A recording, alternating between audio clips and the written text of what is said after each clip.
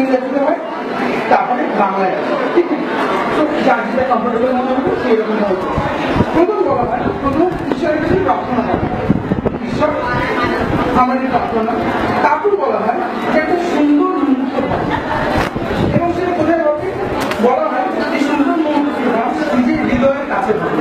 এবং ভাবো সুন্দর মুহূর্ত কি, যে কোনো বন্ধুর সঙ্গে আড্ডা মারছি ভালো লেগেছে, একটা আইসক্রিম খেয়েছি ভালো লেগেছে, একটা ফুচকার দোকানে গিয়েছে ভালো লেগেছে, যেটা দিকে তুমি হ্যাপি হয়েছিলে, আনন্দ হয়েছে, সেই মেমোরিটা প্রথম এখানে ভিজুয়ালাইজ করতে হবে। তারপরে দেখে ওখানে মাস্টার বলেন যে আরেকটা সুখকর স্মৃতি হবে, এবং বলে ঠিক গ্রাউন্ডের উপর হয়।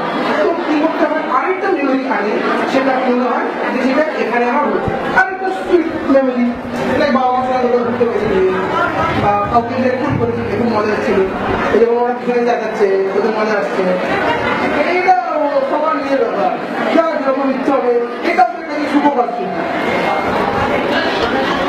আরে ভাই, হেডমাস্টার এত করে ডেকে ডেকে এনেছে, প্লিজ তার ইজ্জতটা ডোবাস না।